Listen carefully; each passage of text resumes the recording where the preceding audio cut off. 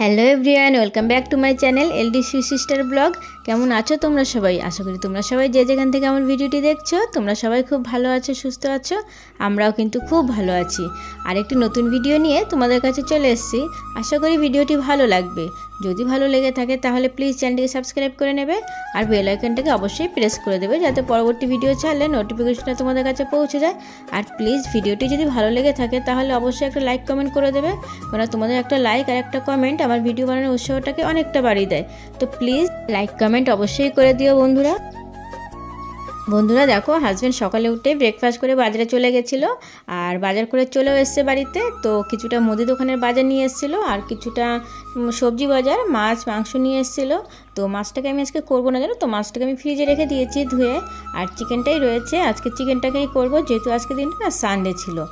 আর দেখো, আমি একটুখানি ফুলকপি আলু কুচি করে ছোট ছোট করে ঝিঝিয়ে করে কেটে নিয়েছিলাম, এটাকেই ভাজি করছি। আর কিছুদিন আগে একটু লাউ খেয়েছিলাম, তো লাউয়ের না সে ছোকলাটা ছিল, তো ছোকলাটা না খুব কচি ছিল বলে আর ফেললাম না। চিংড়ি মাছ আর একটু আলু কুচিয়ে নিয়েছি, তো এটাকেও ভাজি করে নিলাম। আর জানো তো, লাউর ছোকলা না এভাবে ভাজা খেতে কিন্তু আমার খুব ভালো লাগে, তো সেই কারণে আমি লাউর ছোকলা বেশি একটা কিন্তু ফেলি না। আর চিকেনটাকে করব, দেখো চিকেনটাকে আজকে একটু অন্যভাবে করব। তার কারণে চিকেনটাকে আমি একটু ম্যারিনেশন করে রেখে দিয়েছিলাম দই দিয়ে, আর একটু কাজু বাদাম পেস্ট করে নিয়েছিলাম।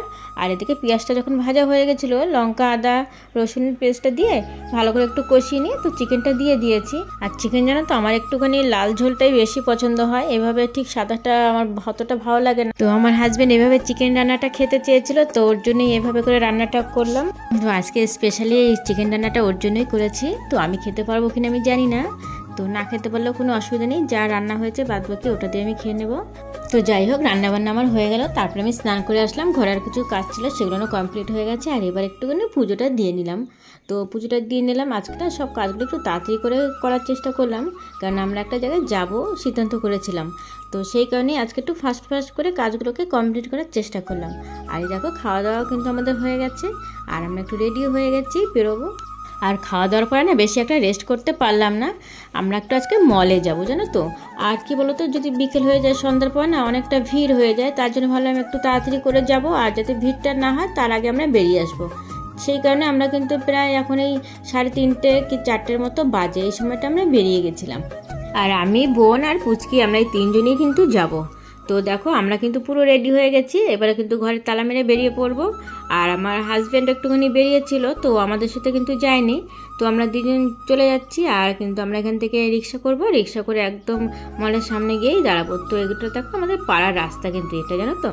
তো যাচ্ছি, এটা কিন্তু আমাদের হেঁটেই যেতে হবে। তারপরে রাস্তায় এসে দেখো আমরা কিন্তু রিক্সায় উঠে পড়েছি। এবারে চলো, যেতে যেতে তোমাদের সাথে অনেক গল্প হবে। আর জানো তো, আমরা যেখানে বসে আছি এখানে কিন্তু পুচকি বসতেই পারতো, 3জন এখানে বসে যায় পুচকিকে নিয়ে, কিন্তু ও কিন্তু আমাদের সাথে বসবে না, ও একা একা বসবে। সেই কারণে ও দেখো সামনের দিকটায় বসলো, সামনে একটা সিট থাকে, ওখানে ও বসলো, ও কিছুতেই আমাদের মাঝখানে আসে বসবে না। তো আর আমরা যখন যাচ্ছিলাম না, রাস্তাঘাট কিন্তু অনেকটা ফাঁকা ছিল, অত লোকজন ছিল না। কিন্তু এই সময় না, যখন সন্ধ্যার পরে না এখানে এত লোক থাকে না, এখান থেকে রিক্সা নিয়ে যাওয়াটা খুব মুশকিল হয়ে যায়। আর এটা জানো তো, এটা আমাদের বাজার, এইখানটা কিন্তু আমরা বাজার করতে আসি, সব কিছুর জন্য প্রায় আমরা এখানেই কিন্তু চলে আসি।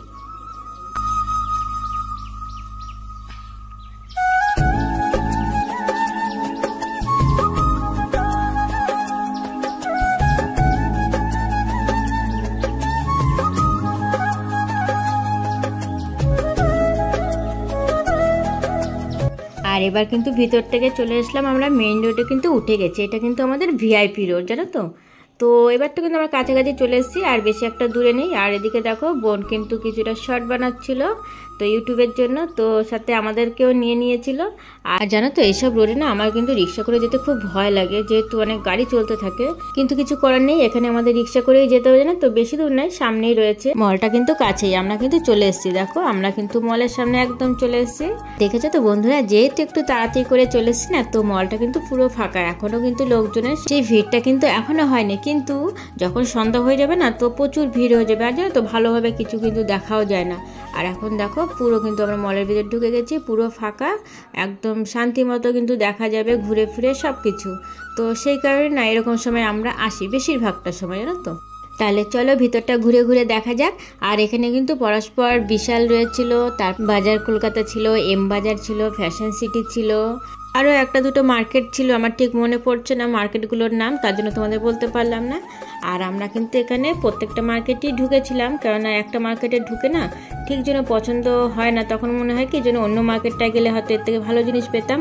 তো তার জন্য না কী করি বলো তো, প্রত্যেকটা মার্কেটেই একটু ছোট্ট করে ঘুরে নিই, তারপরে একটা সিদ্ধান্ত করি, তারপরে কোনো একটা মার্কেট থেকে এসে কেনাকাটা করি। এটা আমি সচরাচর করেই থাকি জানো তো। তো আমার হাজব্যান্ড গেলে একটু রেগে যায় যে প্রত্যেকটা মার্কেটে কেন ঢুকতে হবে, যেখানে ঢুকেছো সেখান থেকে কেনাকাটা করো। তো ছেলেরা তো সেটা বোঝে না, কিন্তু আমার প্রত্যেকটা মার্কেট দেখার পরে কিছু কেনাকাটা করলে আমার বেশি ভালো লাগে। তাহলে হয়তো আমি বুঝতে পারি যে না, আমি সবটাই দেখেছি, তার মধ্যে যেটা বেস্ট ছিল সেটাই আমি এনেছি।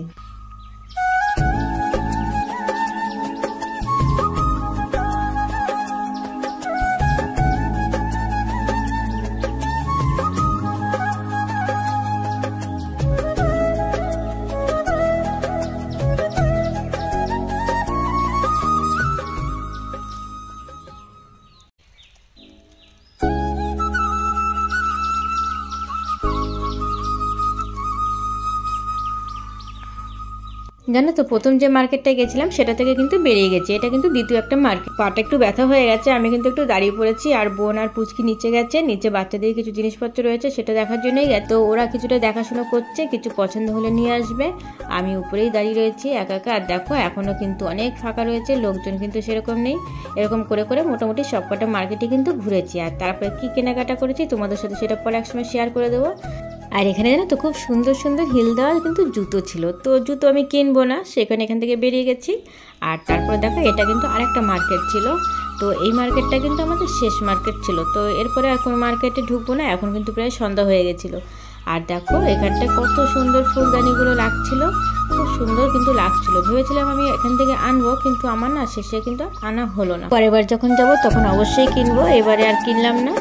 তো দেখো আমার কিন্তু দারুণ লাগছিল এই জায়গাটা থেকে, আমার কিন্তু সত্যি ইচ্ছে করছিল, এত ভালো লাগছিল, মনে হচ্ছিল সব কটা তুলে নিয়ে চলে আসি বাড়িতে।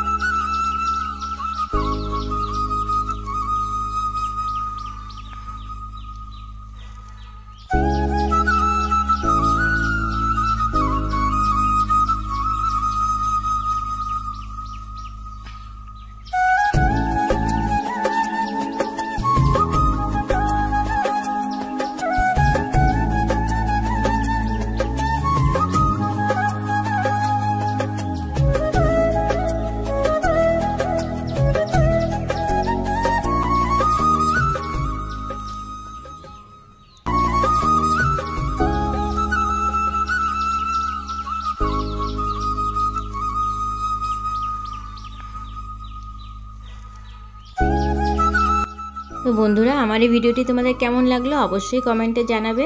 যদি ভালো লেগে থাকে তাহলে প্লিজ একটা লাইক কমেন্ট করে দেবে, আর যদি নতুন বন্ধু হয়ে থাকো তাহলে প্লিজ চ্যানেলটিকে সাবস্ক্রাইব করে নিও, আমার পাশে থেকো, আমিও তোমাদের পাশে সব সময়ের জন্য আছি। তো তোমরা সবাই ভালো থেকো, সুস্থ থেকো, তোমাদের সাথে দেখা হবে নতুন একটা ব্লগে। তো সবাইকে টাটা বলে আজকের ভিডিওটি এখানেই শেষ করলাম।